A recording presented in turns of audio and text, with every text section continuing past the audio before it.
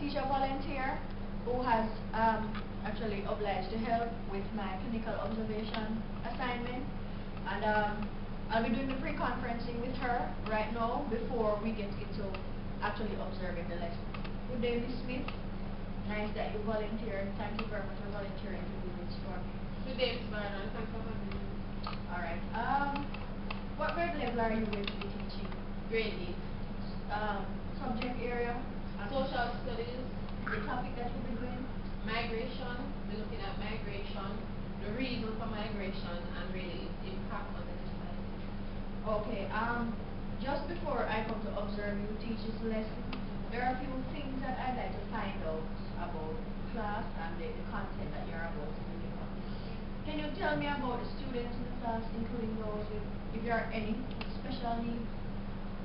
Basically, the students in the class, there are mixed abilities. Some are auditory learners, some are visual learners, some are hands-on learners, and we have just a few who are extremely hyperactive.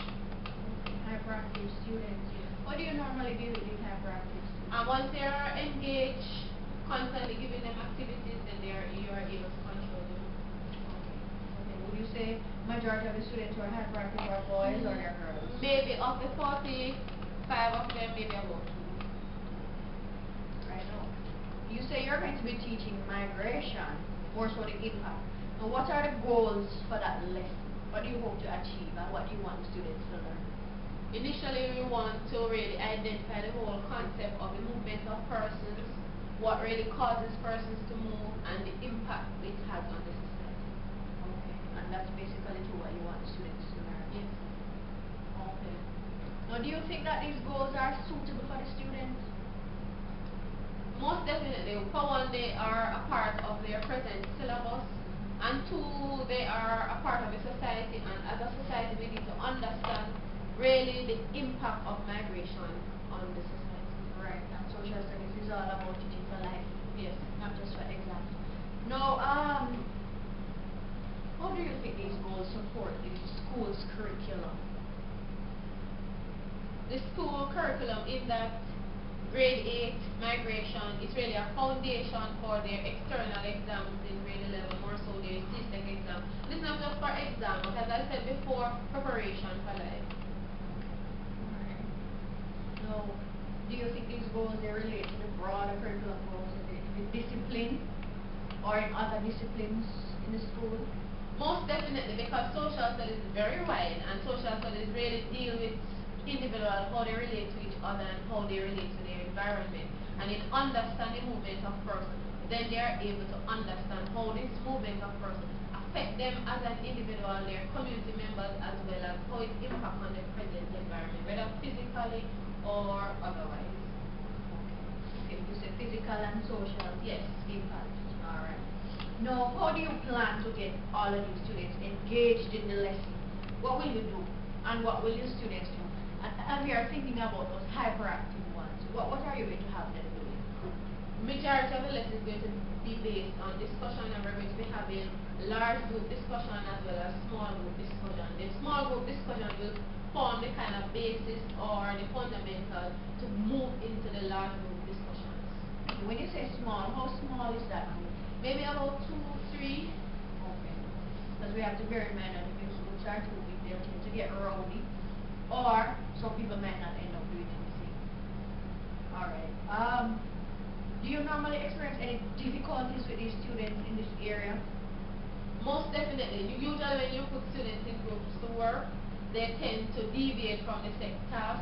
So normally what you have to do is to constantly walk around and supervise to ensure that whatever you ask them to do, that is what they are doing at the time. So that's what you plan to do, yes. To walk around and monitor these students.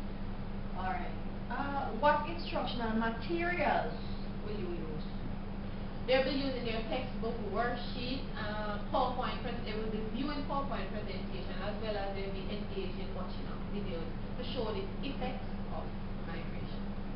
Suppose you say you plan to use a PowerPoint. Suppose electricity goes away. What plan do you have in place to have these students engaged in the lesson? Good that you asked that question. Teachers are always on the feet. They are very proactive. So what I plan to do, if for any reason the electricity should go and we are not able to view the videos would highlight the effects of migration on individuals. So we'll more kind of draw it into the discussion. Do you think maybe we could use pictures or so you have that in mind? We could, but that's an idea. No, how do you plan to assess the students' achievement of these goals? What will you use to assess them? At the end of the class, we'll do a post discussion to ensure that all the objectives that we set out earlier was met, as well as they'll be given worksheet to complete, and that's basically it. Okay, so what about maybe a test? You plan to give them any Yes, tests the worksheet or any written kind of assessment. Now, having got the results of these tests, what do you plan to do with these results? As is expected, these results is going to be based on our use as form of their assessment towards their report cards, as well as they are going to be used for future planning to decide whether or not this lesson is complete or what should be done for future lessons. Okay, so you're going to use it for future planning. Yes. Once you use the test scores, are you probably thinking that you could use it to decide how well you are doing in terms of teaching the subject, or if you as a teacher need to improve in your techniques? Most definitely, because whatever the outcome is going to impact on you, what adjustment you need to make as a person, what adjustment you need to make to your environment, as well as what adjustment do you need to make for the students. Good. It's good that you mentioned the students, because many times we forget about the students. Now, having gone through this and gotten a feel of what your lesson will be like, I'd like to come and observe you actually teaching this lesson. When would be a good day? Thursday will be suitable for me. Thursday, which will be April 3rd. Right. What time would you have this particular? 4 o'clock. Okay.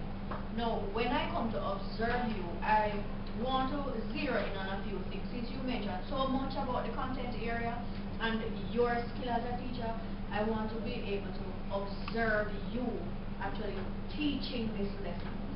Can you tell me what method of or technique while with observation you would prefer me to use? Usually we use checklists. I wouldn't mind you using the checklist. Okay, how about a video?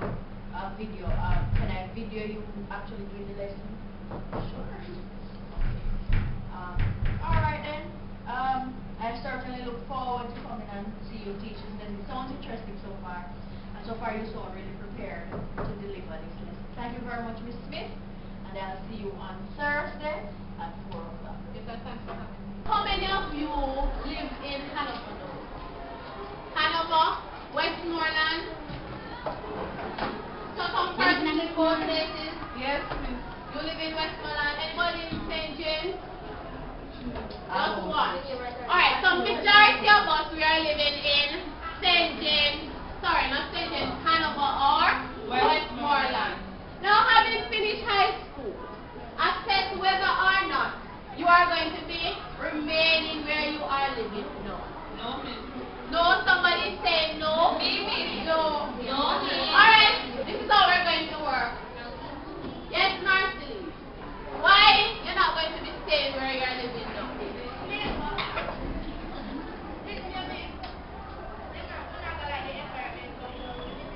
Why? What about it you're not going to like? So death, what's killing them? Crime. What's killing them? Crime. Crime?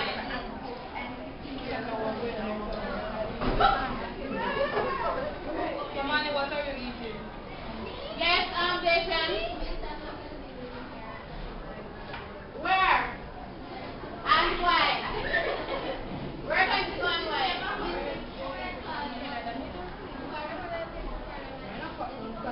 To further the education.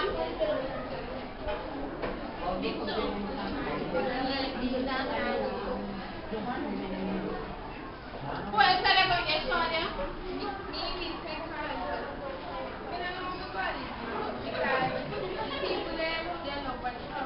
Everywhere you go, people watch. No,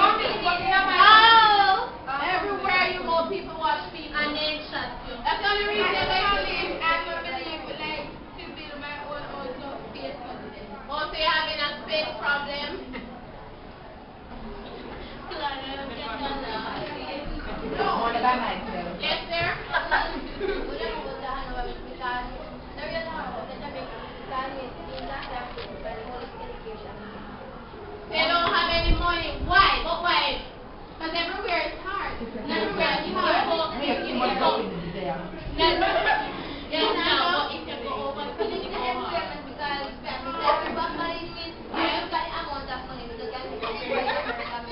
so all cheaper education.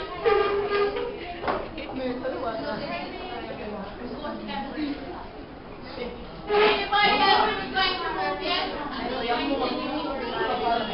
Hello, I'm having two different classes. One class. Yes? For poverty? Any other reason you're going to move? Why? Why? Why you moving? Yes, Adrian. Not Adrian. You want to change of environment?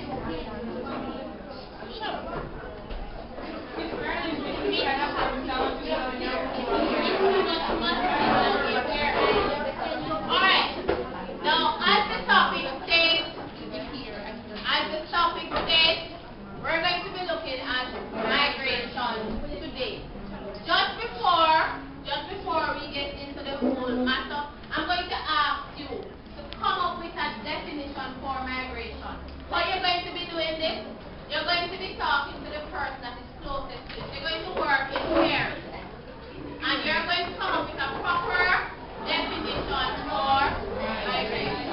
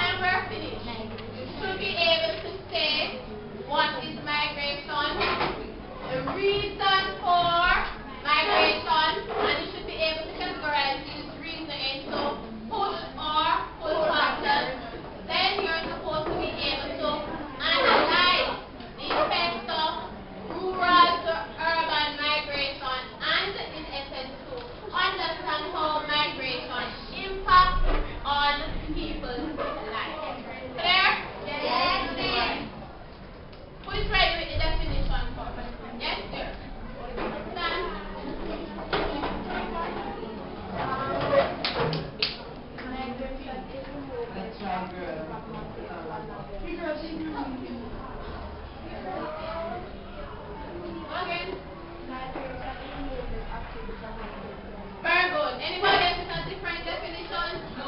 So we're going to say the same thing. Very good. Very good. So migration is the movement of persons from one place to another. And not just moving, but they're moving there to settle.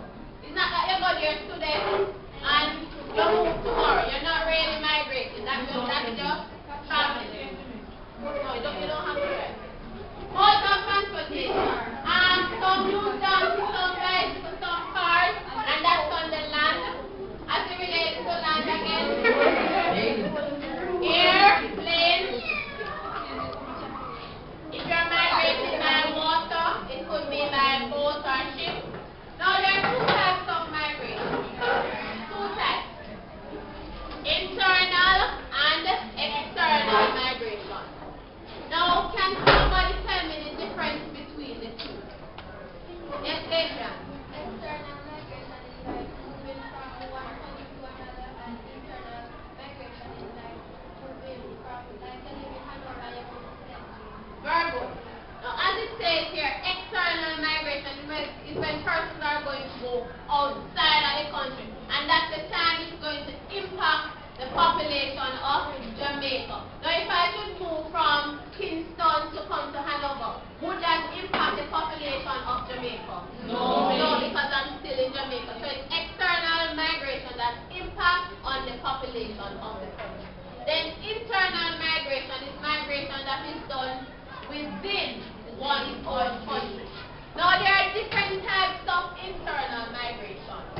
You have urban to rural migration and rural to urban. Sometimes you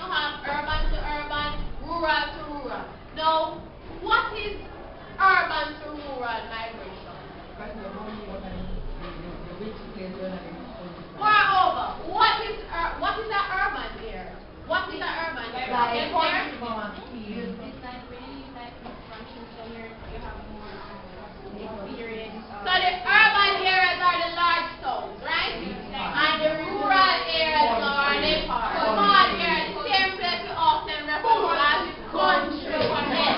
So we are all from country. Now rural to urban, from country to town, urban to rural, from town to the country.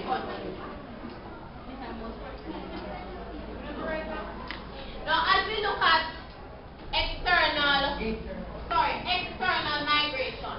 There are two types too, either it's international or it's regional.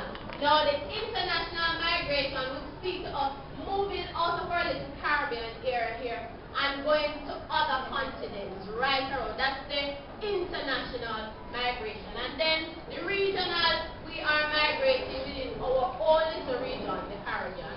Clear? Yes. Any questions? No. Within internal, this is Jamaica, map of Jamaica. Now if we're talking about urban to rural migration, usually you have some larger urban area and you have small urban area. For example, the town of Lucy could be considered as an urban area to our state. But then when we talk about the wider section of Jamaica, then we are looking at Kingston and Montgomery. What you find happening is that the urban areas, where you see these dots, see them? Yes. What are they showing? Capitals. You notice where the capitals are? With the exception of Manchester. They are all close to the coast. Now remember earlier I asked persons who would want to move out from where they're living now? Yes, please. Nobody at all. Get up and leave their country or where they're living for no reason. There must be a reason. Some person said earlier, maybe because of crime and violence. Some say because to further their education. Some people say they don't have enough space to be. Sufferation. What's causing the sufferation? Poverty. Alright. Now, whatever the reason may be, it is placed into two groups. What are those two groups? Push. Very good. Push and pull factors. Now, again, in your pairs, talk to each other.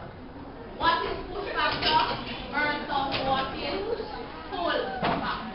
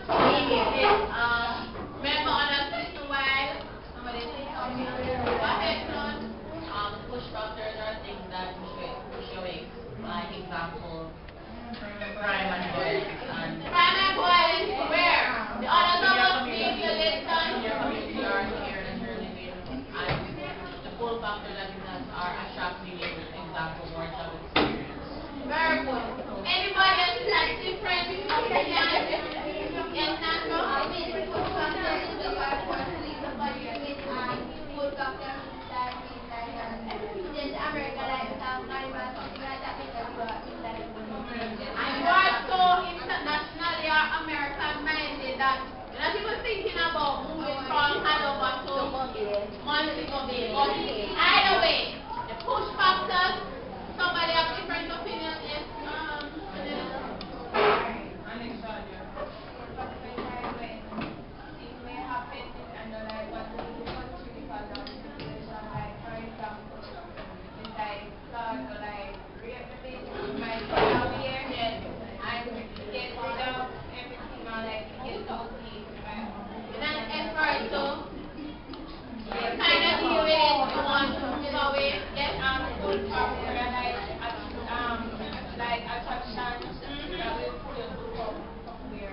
very good.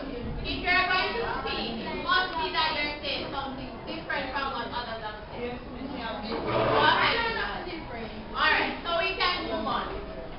Push factors are conditions that cause persons to want to leave their home. And pull factors now, those things that are attracting you to come. It is saying, come, man, come. Right? Before we get into those. Now, some general push factors. It has nothing to do with whether internal or external. Some general push factors. When they are limited resources. This one. Lack of basic service. What do I mean by lack of basic service? No school, no police station, no hospital, no post office service. Crime and violence. Like with credit cards. Like who? And the road. For transportation. No. There are some places that you live. Our person live, they will tell you that they have to wait several hours before getting transportation. Hello, we're having too much different sound.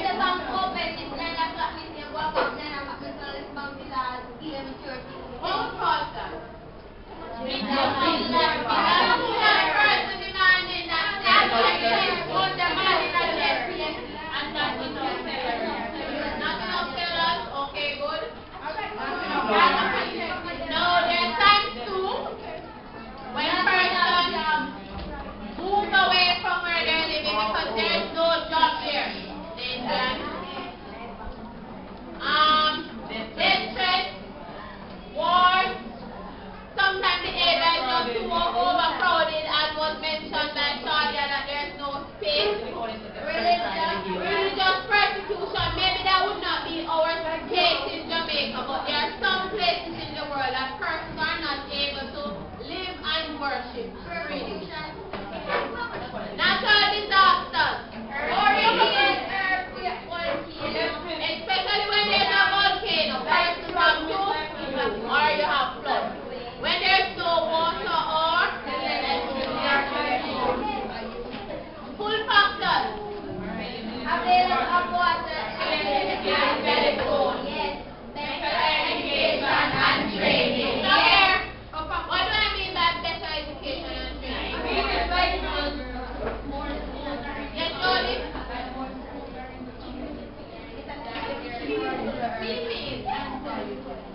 There are more schools and colleges. Well, you want to share with us? No. Well, pay attention.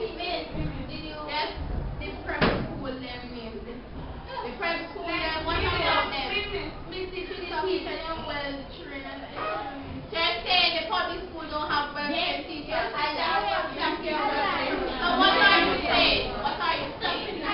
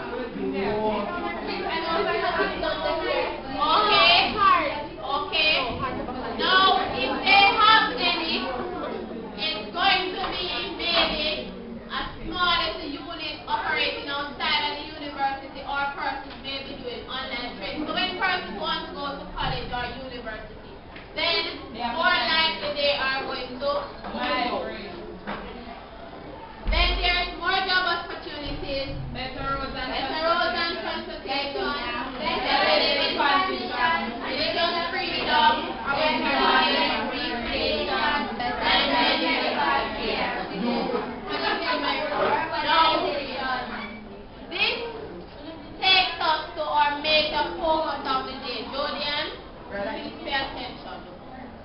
Urbanization. Urbanization is coming from which word? Urban. And urban means what again? Small area. So, urbanization refers to migration of people from large numbers of people from rural to urban areas. Now, look at it this way. Kingston or Montego Bay is a small area. As well as even Lucy, very small. You're going to work again in your room and you're going to tell me if you have large number of persons moving into these areas, what will be the negative as well as the positive effect of such action? At least 4. You're going to be discussing again with your peers. When you have large number of persons moving into the area, what will be the effect of it? Understand what you're doing? When you have a number of persons, or the practice of urbanization, wherein a large number of persons are moving into these towns and cities, what will be the effect of that? Write them down quickly, at least 4.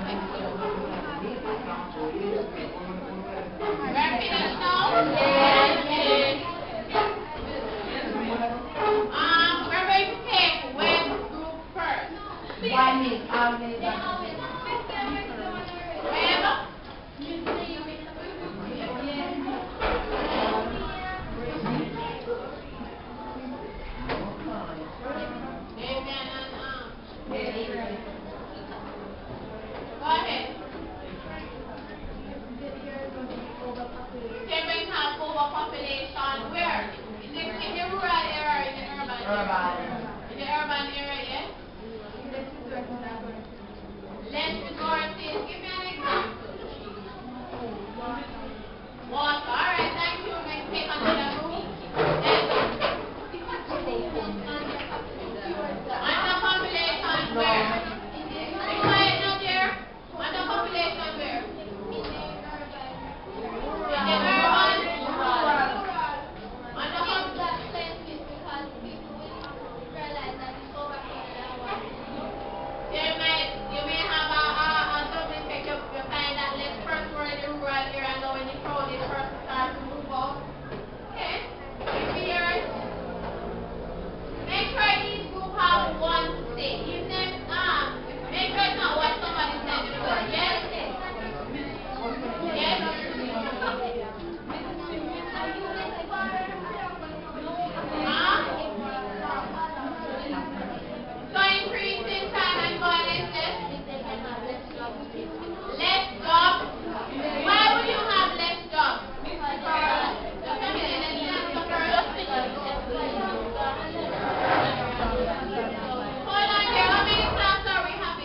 Please let me have one.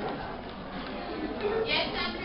Everybody got to the urban areas, so when everybody's signing up with them, what job is So the fact that everybody's coming in now, the jobs are going to become less. Only in your group? It's there's going to be too much traffic and it's hard to be moving. So, traffic congestion in the middle group there. Middle group here, middle group. Tell us one of the effects. So, traffic congestion again. Not enough utilities. Explain that one for me.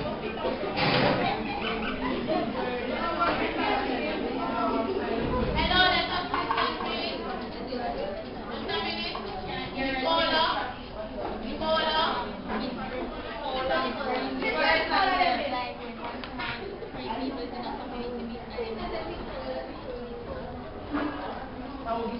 Yes, sir.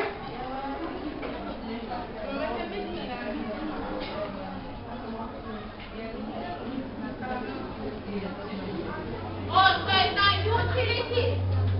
It's facility. What he's saying that when all these persons are coming in, the schools are going to become overcrowded. Yes, sir. Transportation problem.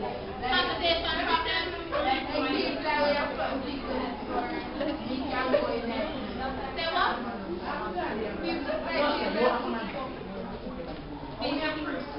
Yes?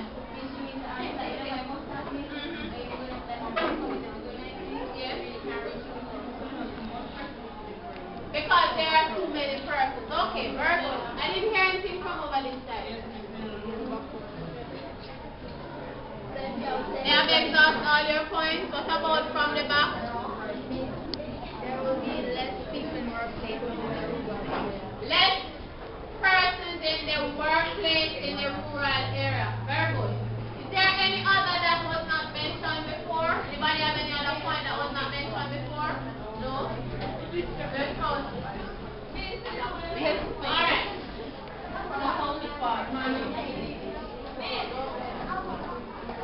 Now, rural to urban migration. These are the pull and push factors for this. One, better paying jobs, better education, political and social stability, better technology, employment and business opportunities, poverty, unemployment, crop failures and famine, inadequate social amenities and facilities such as tap water, electricity, good roads, hospitals, school location centers. Okay, thank you.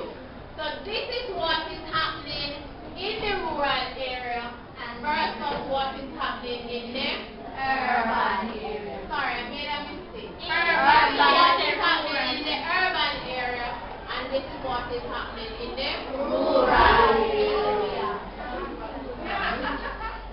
Now, these are the things. What is displayed here? Traffic. Traffic jam, which we mentioned before. Now about this one. Urban roads, makes the road safe to overpopulation, poor housing. Notice how the houses are packed up together. Yes. We don't have any facilities. Yes. Hello?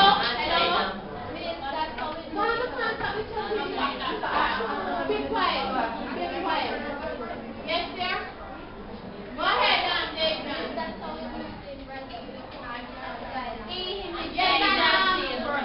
Yes, in some urban areas, what you find happening is that you have these unplanned housing development. People just take a spot and they start to build. Many of them don't even have electricity.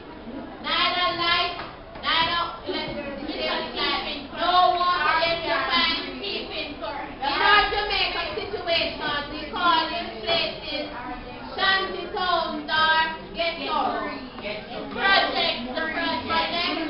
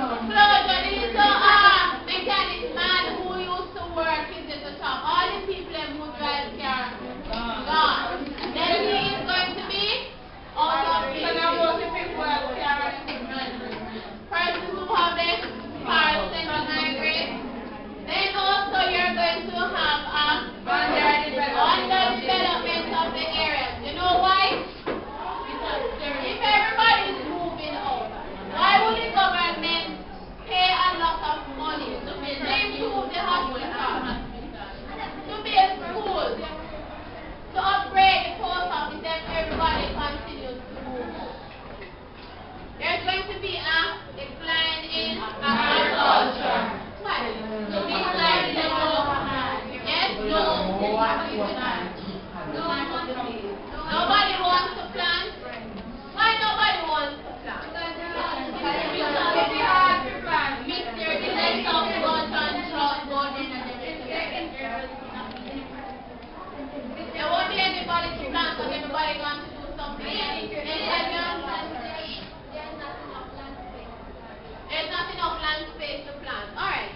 But in the country area, you have enough land space to plant. More than enough land space. Now, the positive effect though is that they're going to be sending back money to the rural areas, to families and friends.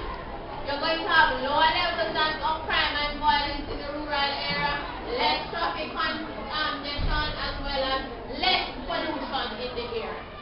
This I want to do quickly for me. You're going to identify 5 reasons why young people in rural village would want to migrate to big towns in the parish. Then you're going to identify 5 problems which they will be experienced on moving to live in the parish capital. Then 5 ways of improving the quality of life of persons living on farms and in rural villages so they will be encouraged to remain. Quickly, those are what we're going to do. Teachers and students, please be reminded that it is the bell at 5 o'clock or thereafter that it is to the school and not anything else. So those students who are developing skills at this time, you better let me not catch you. School is not yet dismissed. Thank you. In your text, page 115.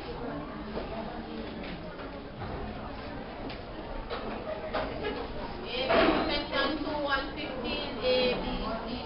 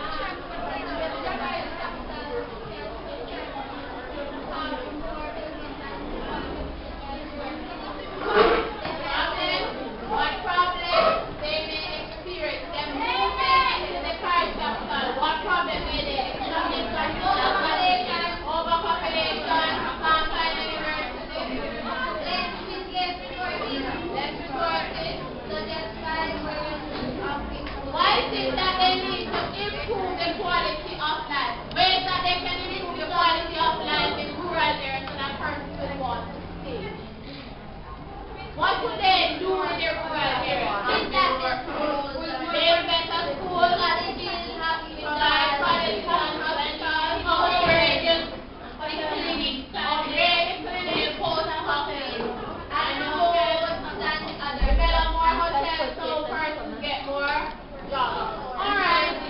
Thank you very much and have a good day. Smith, nice to meet you again. This is just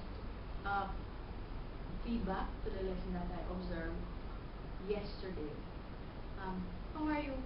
I'm good, just a little tired, but I'm okay. And the family? Good. Oh, that's good. Now, I'd like to begin this session by asking you to describe for me how you think the lesson went yesterday. What do you think you did well?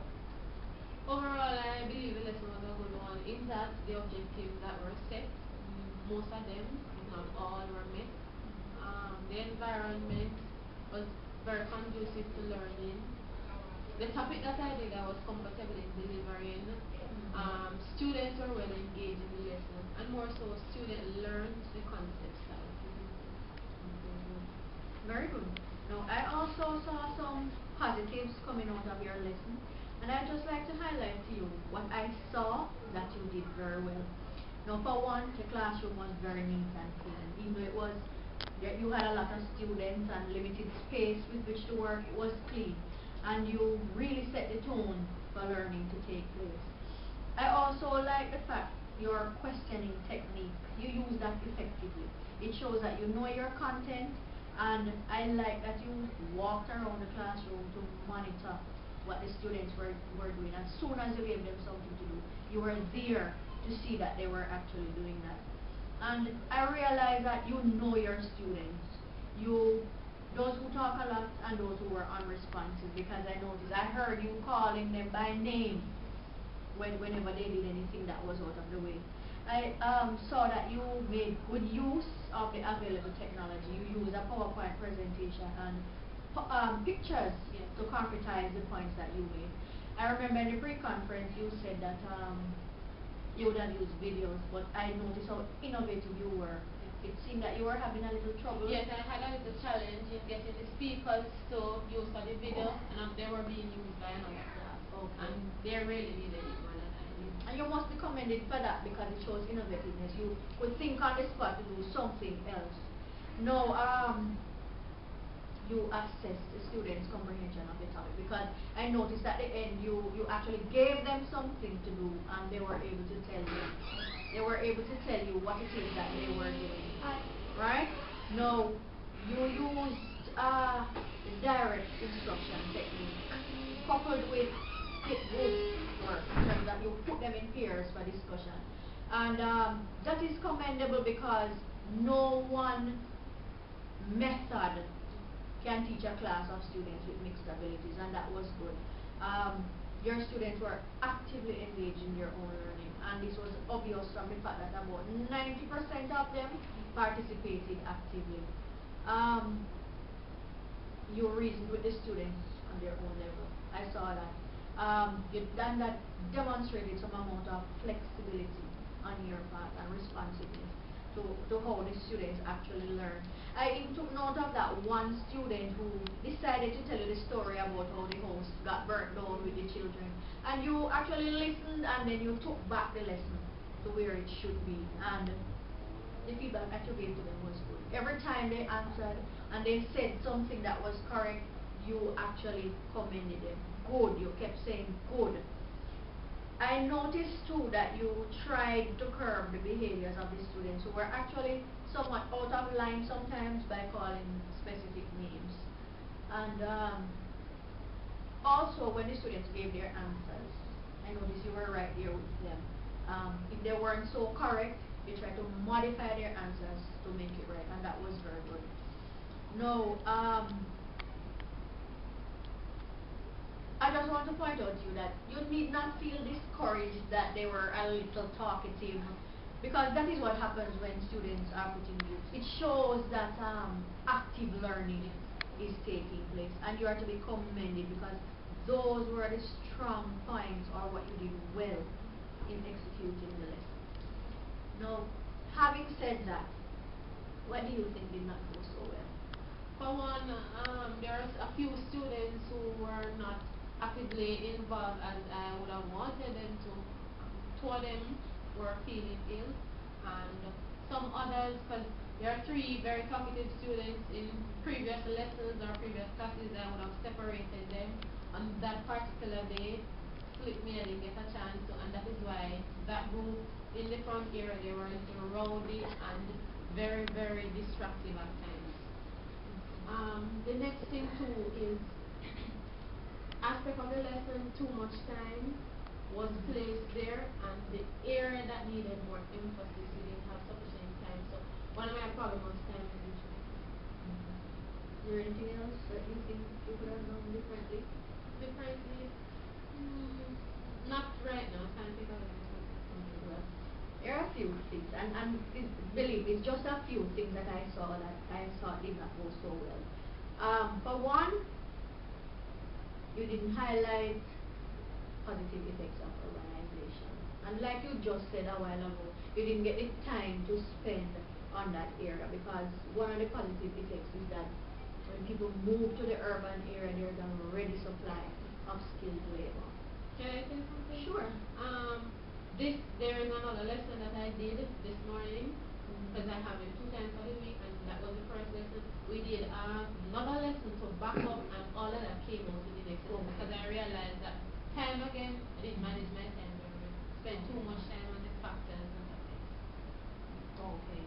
No, I saw also that at the onset of the lesson, let's say the first 15 minutes, and you mentioned it, there were about 3 students who they kept talking. Their behavior was, their inattentive behavior was ongoing. It kept going on and on and on. But there are other times when they were there talking and laughing. No, I figure these must be the hyperactive students you had mentioned. Yes, we are. Right. Next thing, to some extent you did not insist that they continue to raise their hands while they were answering. Because for what part of the time I saw you say, remember, we need to do this. I saw that. But some of them kept responding in a chorus. Can I tell you something? This is something that we do every day. There is this reminder, raise your hand. But there are times when they are so heated to speak, and at times others may take away their answer. As was mentioned by another student, that means somebody said me, I'm sorry. So they are always so eager to speak. It's something we have to work on as a class, and we are trying to get there. Okay, that's very good. It's good that you see where it is and where you want to take them. Also, I noticed that while you were monitoring one side of the class, is that the other side of the class got away with the talking. Right, so those were just a few things that I observed that did not go so well. Now, if you were to teach this lesson again, is there anything you might do differently in the future? For one, time management, and as the syllabus, there is emphasis placed on the effects of the migration, not more so the factors that contribute, but the effects. So, in terms of time management, then I believe I will spend more time on the effects of migration, especially on the urban areas. No. How do you think you might go about doing that? Time management, again, less time in areas that are not, because what happened is that for the factors of migration, if you notice, students had prior knowledge. So most of that aspect we could have moved over, while they were not so acquainted with the factors and the effects that affect migration. No. Here is what I think you could do differently. And this is as it concerns the talkative student. There is a strategy that you can use. And you'd have to tell them how it works. You raise your hand whenever they're talking excessively. You raise your hand to indicate that you need their attention and they need to focus. So when they see you raise their hand, the first person who sees you do that, they will do it too. And they know once they raise their hand, you're to stop talking. Okay? And then eventually everybody who turns around and sees that hand, your hand, her hand, then that person is also going to raise their hand until eventually everybody catches on and they realize that it is time to be quiet. Okay? Then this strategy, you know, could be used to help you to reduce the noise level. So instead of you saying, be quiet over here, or stop me talking over here, you just, one thing, you just raise your hand and be quiet. You don't say anything else to them. And then, as they see you doing it, one person sees it, and then it gradually catches on until the class is quiet. That's just one thing. No. Moving forward, you say you're going to deal with time management and all of that, and some other strategies that you mentioned. But what do you think you may try first?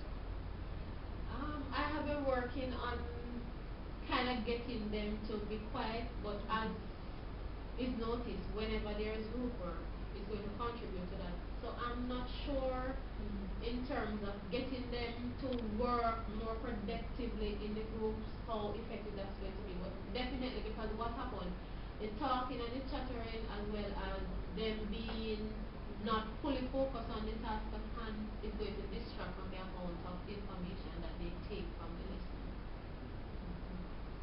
Alright, that's very good. Now, as we have completely looking at how you deliver the lesson and the environment surrounding the delivery, I have a suggestion I'm going to encourage you to do, and that involves developing a professional portfolio.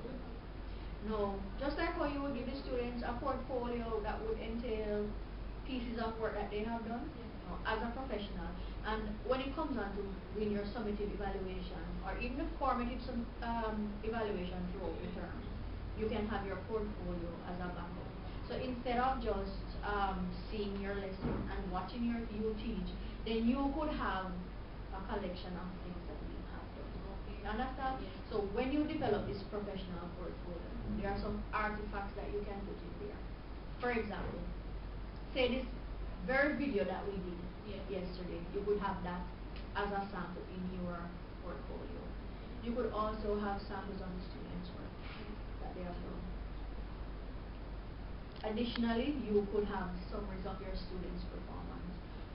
It could be from a class lesson that you taught, an exam, whether internal or external, and that will give you a feel of the progress that you are making as a teacher.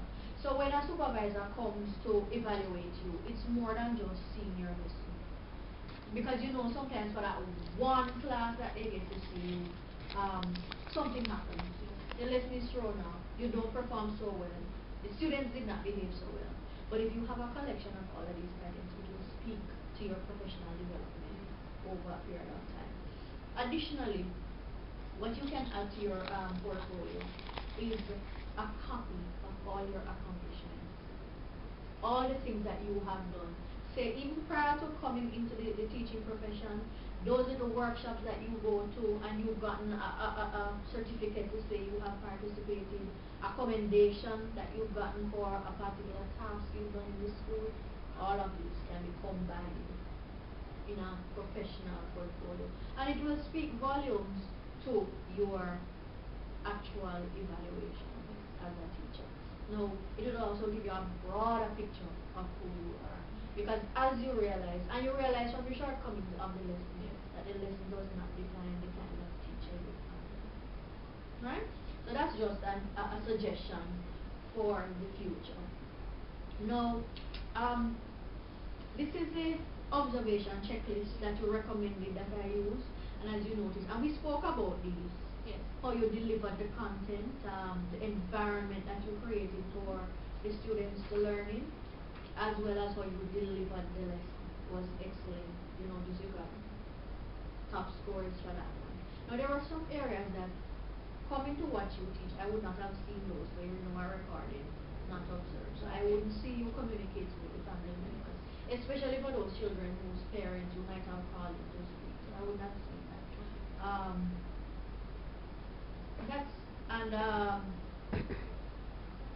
I would not have seen you growing professionally, as it were. No, this highlights your strengths, and I've written them down here, as well as your weaknesses, and the areas that I observed from your lesson that may need a little improvement. Now, this section speaks to your comments. So I'm going to allow you to write your comments here about basically how you felt, whether about the lesson or the feedback that you have gotten, and then you sign your name and date it. Now, your signing this document does not mean that you agree, definitely agree with the things that were written here. But your signature indicates that the appraisal was done, feedback was given, and so you sign to it. Alright? So you can take a few minutes, scan through, and then you sign where necessary. Okay?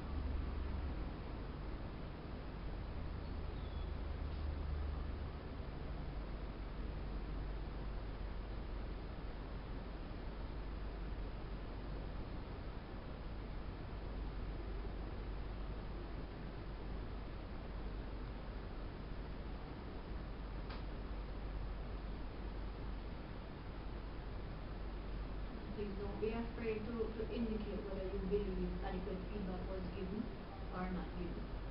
No, because basically, there are things that you won't see when you're in the process, but when the person's point them out to you, then you can really see those.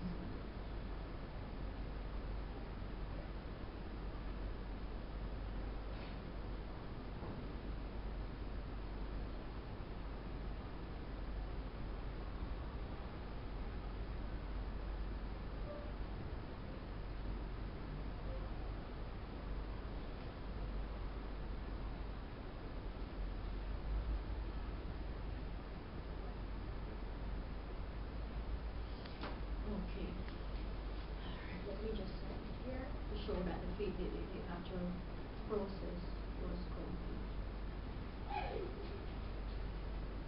Now, next on the agenda, when would be a good time to see you in action again? Anytime. Could be here for my next class. Okay, then I look forward to it and continue to do the good work that you do, Miss Smith. It speaks volumes. And like I said, think about developing that professional portfolio. Yes, and thanks for the encouragement. I see where it can pay off in me.